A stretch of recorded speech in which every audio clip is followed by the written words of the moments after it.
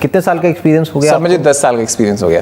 तो अब इसके ऊपर आपके क्या थॉट्स हैं? अगर ये जो आज का हमारा टॉपिक है दैट इज कि what is the real meaning of physical fitness, तो ये सुनते ही सबसे पहले माइंड में क्या आता है कि किसी के एब्स बने हुए हैं और बड़ी बड़ी बाइसेप्स है, चेस्ट बाहर निकल रही है। इज दैट फिटनेस, या फिटनेस कुछ और ही है जो ज़्यादातर लोग उस डायरेक्शन में सोचते नहीं हैं? या फिर हम ये कह सकते हैं कि अगर कोई स्टूडेंट है जो अभी हमको देख रहा है और वो अपनी जर्नी को शुरू कर रहा है, कहीं कोई जिम ज्वाइन करने वाला है या घर पे ही कोई अपनी ट्रेनिंग शुरू करने वाला है, तो उसको अगर हमको डिफाइन करना हो फिजिकल फिटनेस का एक्चुअल में मतलब, फिजिकल स्ट्रेंथ का एक्चुअल में मतलब क्या है, कि सिर्फ बाहर से अपीयरेंस ही है उसका मतलब, या और भी कुछ है जो ज़्यादातर लोग जिस तरह से नहीं देखते हैं, तो अगर उसको हमको डिफाइन करना हो तो आप किस तरीके से करेंगे? सबसे पहले तो मैं ये कहना चाहूँगा कि it's a very big myth कि फिजिकल फिटनेस को क्वांटिफाई करते हैं लोग एब्स से, बाइसेप्स से, चेस्ट बल्ज आउट से या जिम से, right?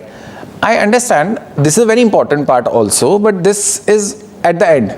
और कैन वी कॉल इट कि it is at a superficial level? It's on the superficial level, yes, you're right. क्योंकि जरूरी नहीं है कि जो बाहर से फिट लग रहा है देखने में वो अंदर से भी फिट है। वो फील कर रहा है फिट, या फिर वो सिर्फ इंस्टाग्राम पे फिट दिख रहा है या दिख रही है। Yes, that's most important. दोनों में बड़ा डिफरेंस है। बहुत डिफरेंस है। एंड ट्रस्ट मी, मैंने बहुत सारे जिम क्लाइंट्स देखे हैं जो जिम ऑलरेडी कर रहे हैं, इवन फिजिकल ट्रेनर्स भी, जैसे मैंने मेंशन किया कि बॉलीवुड स्टार्स को भी देखा है मैंने, जिसमें वो दे आर मतलब good abs, good body, but actually they having lot of pain in the back, in the knee, in the neck, so they're having a lot of pain.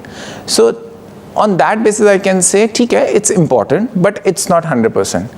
So अगर हम बिगनर्स की बात करें, जैसे आपने बोला, तो फिजिकल फिटनेस मैं एज अ डिफाइन करता हूँ, if you are stable functionally, if you are stable mentally, तो मैं कह सकता हूँ कि हाँ, ही और she is a fit. But अगर हम ये बात करें सिर्फ फिजिकल फिटनेस के बारे में, तो उसके बारे में आपका क्या टेक है कि लोग किस तरह से समझते हैं और एक्चुअल में रियलिटी क्या है? So I will try to simplify in very very simple terminology. So अगर हम एक फॉर एग्जांपल ये टेबल है, लाइक टेबल को अगर बेस हम बात करें, जो 4 पिलर्स हैं बेसिकली टेबल के, तो फिटनेस को मैं कहना चाहूँगा first priority safety, very very important. Second priority is sustainability. Third comes stretching. The fourth comes strength.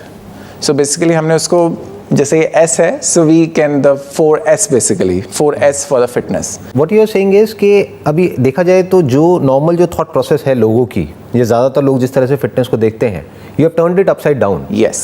क्योंकि आप ये कह रहे हैं कि लास्ट में आता है स्ट्रेंथ, जबकि लोगों के लिए फिटनेस का मतलब सबसे पहले स्ट्रेंथ है। हाँ जी। सेफ्टी तो कहीं पर आता ही नहीं है, कहीं पीछे होता है। वो तो जब कोई इंजरी हो जाती है या कोई बहुत बड़ा एक्सीडेंट हो जाता है या कोई बहुत बड़ी प्रॉब्लम हो जाती है, उसके बाद वो थॉट माइंड में आना शुरू होता है, लेकिन तब तक बहुत देर हो जाती है। तो आपने क्या किया, सबसे पहले रखा है सेफ्टी को। एज अ फिजियोथेरेपिस्ट मेरे पास लॉट्स ऑफ क्लाइंट्स आते हैं जो कि जिम कर रहे थे and after that suddenly injury happen.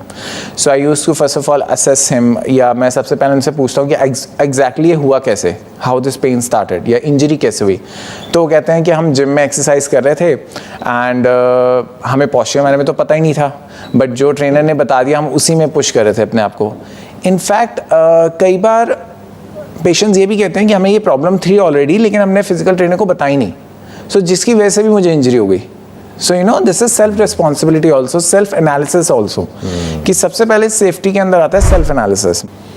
We should know कि हमारी प्रॉब्लम एक्चुअली में क्या है। We should know the knowledge of postures, कि हमें किस पॉस्चर में कौन सी एक्सरसाइज करनी है। लाइक जोन से हम एक्सरसाइज करने जा रहे हैं, हमें पता होना चाहिए कि कहीं हम हमारे को डैमेज तो नहीं कर रही, कहीं किसी बॉडी पार्ट को डैमेज तो नहीं कर रही, राइट? मेरे को पहले ऑलरेडी इंजरी है, अगर मैं उस एक्सरसाइज को करती चली जाऊँ या करता चला जाऊँ, वो भी गलत पोस्चर में, तो वो डैमेज कर सकती है हमारी बॉडी को। So after that we have to know, we should know recovery.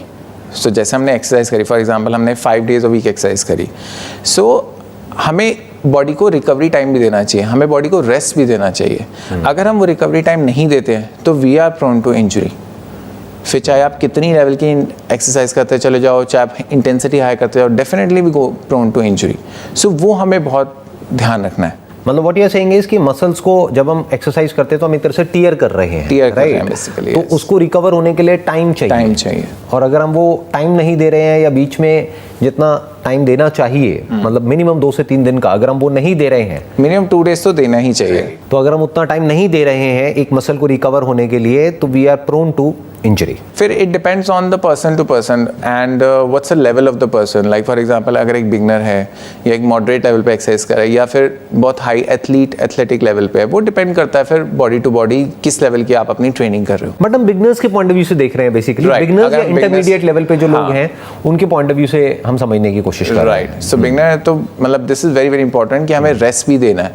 हमें ये नहीं कि 7 days और 2 hours एक्सरसाइज करें, दैट्स नॉट रिक्वायर्ड। सो अगर हम आइडियली बात करें कि कितना होना चाहिए, सो आइडियली मैं कहूँगा 30 minutes to 1 hour for 5 days a week। That's the actual मतलब जो रिसर्च भी प्रूव करती हैं, दैट्स द एक्चुअल टाइम कि हमें इतनी एक्सरसाइज करनी चाहिए for the beginners and intermediate. मैं एक बार इस सेफ्टी वाला जो पॉइंट आप टच कर रहे हैं, this is very very important, जो लोग अंडर एस्टिमेट करते हैं ज़्यादातर लोग। यस, और हमने इंटरनेट पे भी ऐसी बहुत सारी वीडियोस हैं कि कोई उल्टी सीधी एक्सरसाइज कर रहा है, करते करते एकदम से वो बेहोश हो गया। ऐसे बहुत सारे केसेस हैं जहाँ पर डेथ तक हो गई।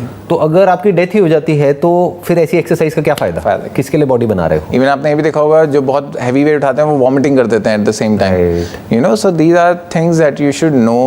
और स्लिप डिस्क वगैरह तो कॉमन है, वेरी वेरी ये तो मैंने मतलब ऑलमोस्ट हर दूसरे बंदे को देखा है जिम में जो कर रहा होता है, कोई ना कोई इंजरी किसी ना किसी को होता ही है। कभी कोई शोल्डर डिस्लोकेट हो गया, shoulder, knee pain, these are very very common. Even tennis elbow is very very common. Elbow में pain is very very common क्योंकि रिस्ट की प्रॉब्लम कॉमन है। रिस्ट की प्रॉब्लम बहुत कॉमन। हाँ, गलत पोजीशन में करी, उसके बाद में रिस्ट में प्रॉब्लम आ गई, और एक भी प्रॉब्लम आ गई तो उसकी पूरा जो फ्यूचर है एक तरीके से वो उस पर एक बहुत बड़ा क्वेश्चन मार्क लग गया।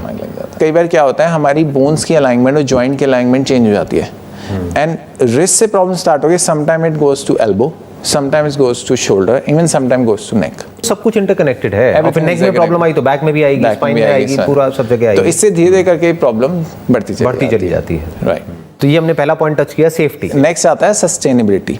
सस्टेनेबिलिटी मीन्स कि हम कितनी ड्यूरेशन तक अपने वर्कआउट को मेंटेन रखते हैं, सस्टेन रखते हैं। दैट्स ऑल्सो वेरी इंपॉर्टेंट क्योंकि अच्छा सस्टेनेबिलिटी आती है अगर आप उसको एंजॉय कर रहे हो। अगर आप वर्कआउट को एंजॉय नहीं कर रहे हो देन डेफिनेटली आप सस्टेन नहीं कर पाओगे for a long period of time. अगर आप सस्टेन नहीं कर पाओगे तो आपकी बॉडी में जो चेंजेस आप लाना चाहते हो वो नहीं आएंगे। लाइक फॉर एग्जाम्पल अगर एक बहुत मोटा पर्सन है, वो वेट लूज करना चाहता है, उसे आपकी वीडियो देख के मोटिवेशन आया कि चलो वेट लूज करते हैं। उसने कुछ टाइम तक तो किया बट उसको लगा कि हाँ चलो रिजल्ट आ रहा है, बट उसकी वो मोटिवेशन कम हो गई, ख़त्म हो गई and after that he stopped, completely stopped, right. तो नेचुरली जो रिजल्ट पहुंचना था वो उस रिजल्ट पे वो नहीं पहुंच पाएगा।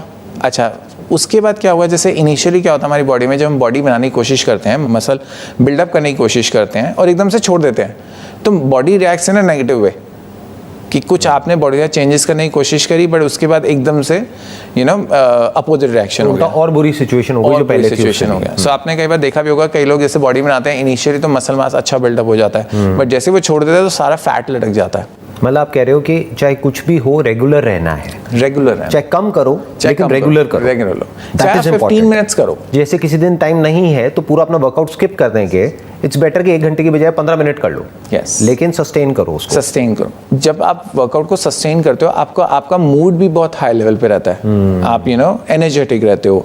आप अपने जैसे हमने आपके कई उसमें पीछे जो वेबिनार हुए हैं कॉटन द वेब में आपने बात की थी, ब्रेन में हार्मोन्स रिलीज होते हैं जो कि आपको एक फील गुड फैक्टर देते हैं। आई थिंक इसको कोई क्वेश्चन भी नहीं कर सकता जो बात आप कह रहे हो। फिजिकल अपीयरेंस के लिए वर्कआउट करना कैन बी क्वेश्चन, क्योंकि वो बाहर से दिखाने वाली चीज़ हो गई। But what you are saying is, पहला आपने बोला सेफ्टी, दूसरा आपने कहा सस्टेनेबिलिटी, कि भाई ये नहीं कि हम गए बड़े एक्साइटमेंट के साथ में जिम में या कहीं पर भी अपना कोई वर्कआउट शुरू किया, जैसे आई थिंक 90% लोगों के साथ में होता है। Yes, true. और मेरे ख्याल में जो जिम एक्चुअल में प्रॉफिट कमाता है वो 90% लोगों से ही कमाता है। जो रेगुलर आते हैं वो तो बहुत ही कम लोग होते हैं कि आए बड़े एक्साइटमेंट के साथ में, पैसे दिए, उसके बाद में 10 दिन तक 15 दिन तक तो पागलों की तरह एक्सरसाइज करी, उसके बाद में छोड़ दिया।